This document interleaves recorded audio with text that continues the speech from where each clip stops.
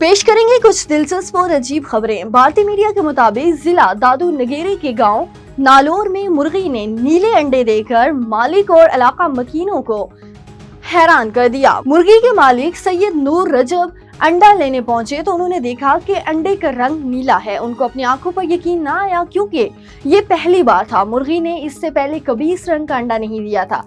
सैयद नूर ने हैरानी का इजहार किया और वो मुर्गी के मुस्तकबिल के बारे में भी फिक्रमंद हैं। बर्तानिया की यूनिवर्सिटी ऑफ ब्रिस्टल की एक साइंसदान ने एक ऐसा गाना बनाया है जिसको सुनते वक्त खाई जाने वाली चॉकलेट मजीद जायकेदार हो जाती है। गैर मुल्की खबर रसां अदारे के मुताबिक 60 बरस की तहकीक के जायजे के बाद डॉक्टर नेटली खयासनत, कंपोज और साउंड एक्सपर्ट ने एक म्यूजिकल ट्रैक बनाया है जिसको सुनने वाले चॉकलेट खाना इसके जायके को मजीद बेहतर बना देते हैं।